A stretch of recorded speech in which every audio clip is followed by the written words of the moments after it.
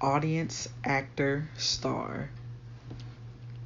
The depth of the automatism of photography is to be read not alone in its mechanical production of an image of reality, but in its mechanical defeat of our presence to that reality.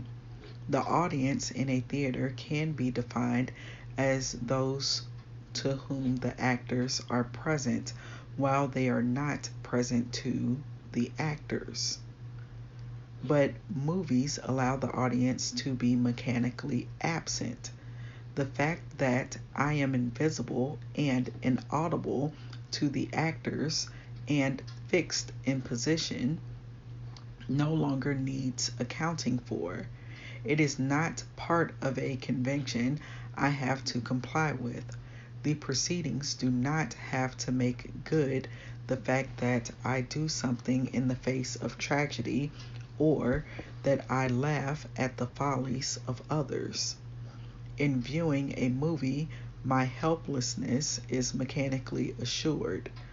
I am present not at something happening which I must confirm, but at something that has happened which I absorb like a memory.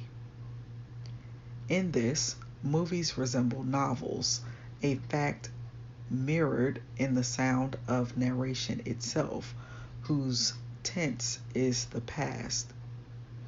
It might be said, quote, but surely there is the obvious difference between a movie house and a theater that is not recorded by what has so far been said, and that outweighs all this fiddle of differences.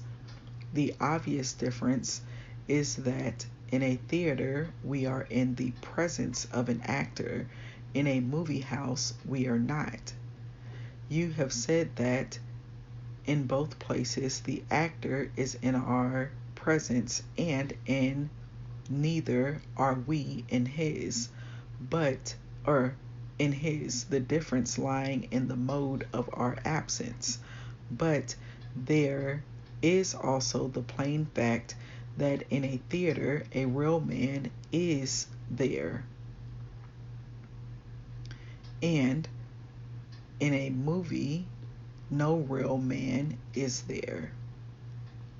That is obviously essential to the differences between our responses to the play and to a film, end quote. What that means must not be denied, but the fact remains to be understood. Bazin meets it head on by simply denying that, quote, the screen is incapable of putting us, quote, in the presence of, end quote, the actor, end of quote. It, so to speak, relays his presence to us as by mirrors. Bazin's idea here really fits the facts of live television, in which the thing we are presented with is happening simultaneously with its presentation. But in live television, what is present to us while it is happening is not the world, but an event standing out from the world. Its point is not to reveal, but to cover, as with a gun, to keep something on view.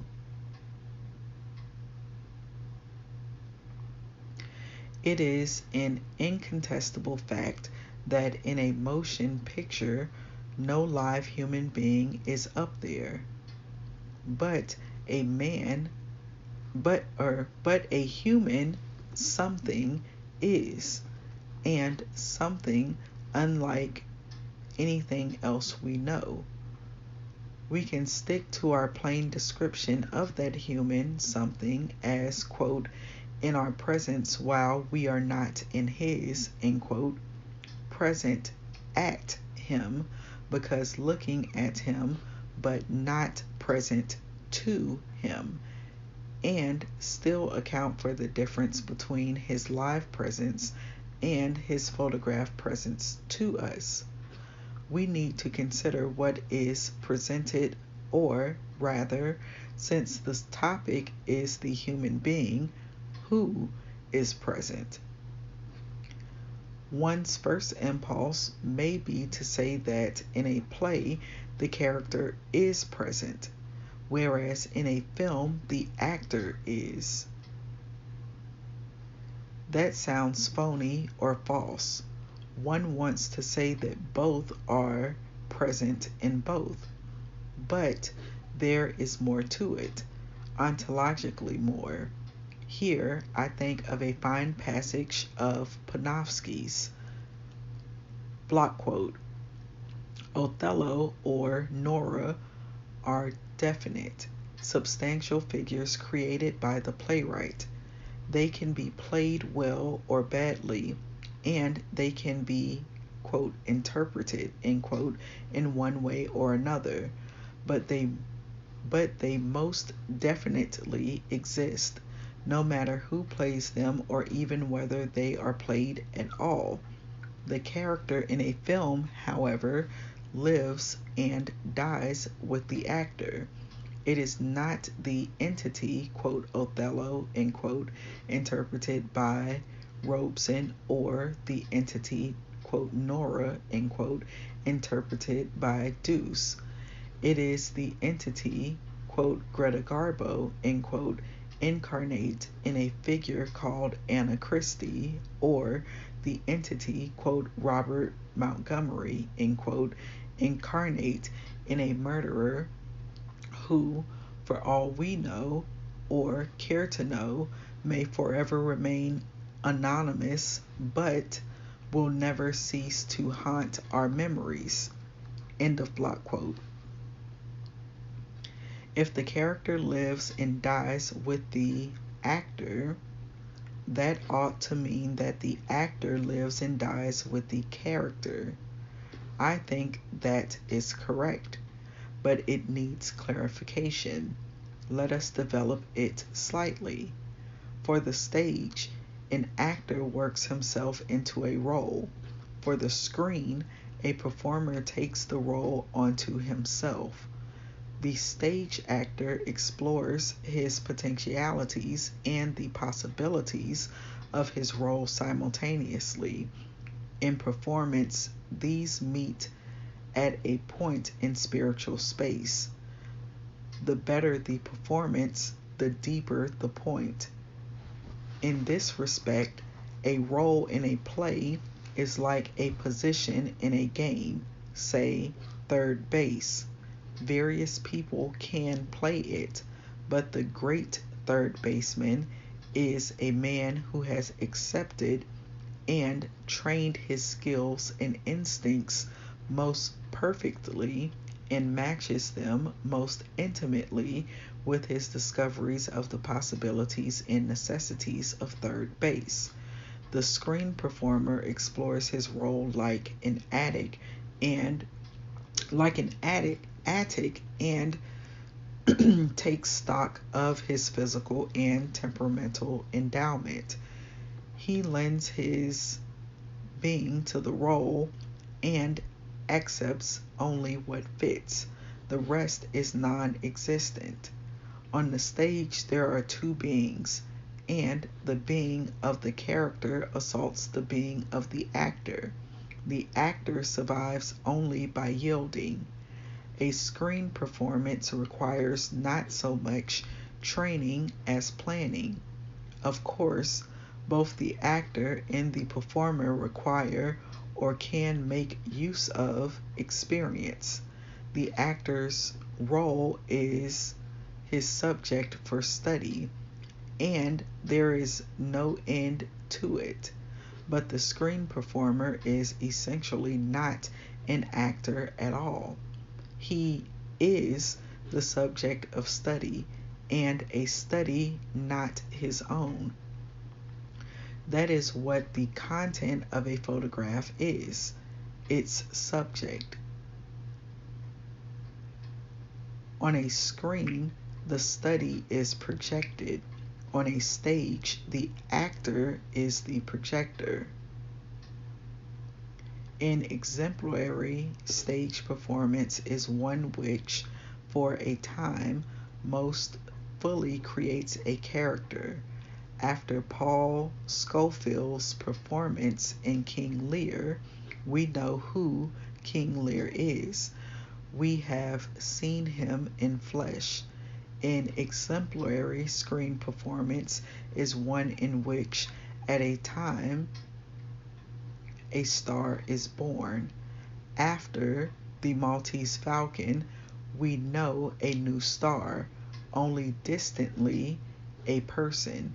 Quote, Bogart, end quote, means, quote, the figure created in a given set of films, end quote. His presence in those films is who he is, not merely in the sense in which a photograph of an event is that event, but in the sense that if those films did not exist, Bogart would not exist.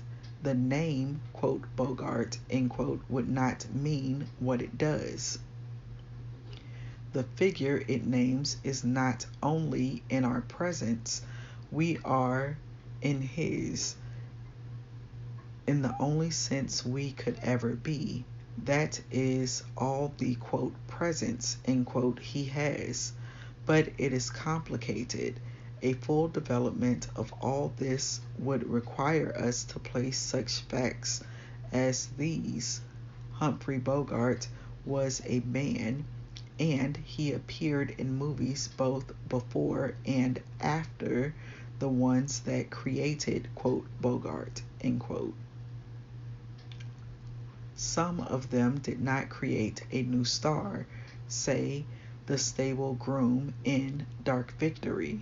Some of them defined stars, anyway meteors, that may be incompatible with Bogart, e.g. Duke Manty and Fred C. Dobbs, but that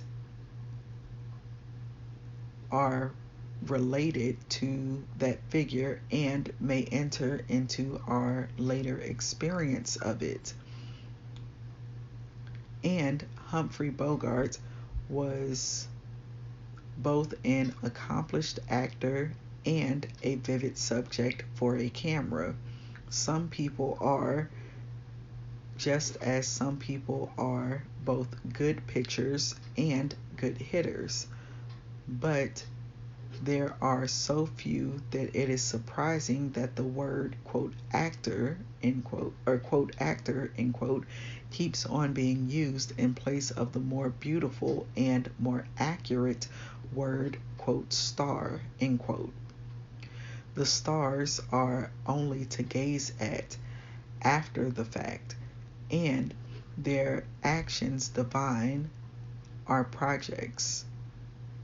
Finally, we must note the sense in which the creation of a screen performer is also the creation of a character, not the kind of character an author creates, but the kind that certain real people are, a type. And I was reading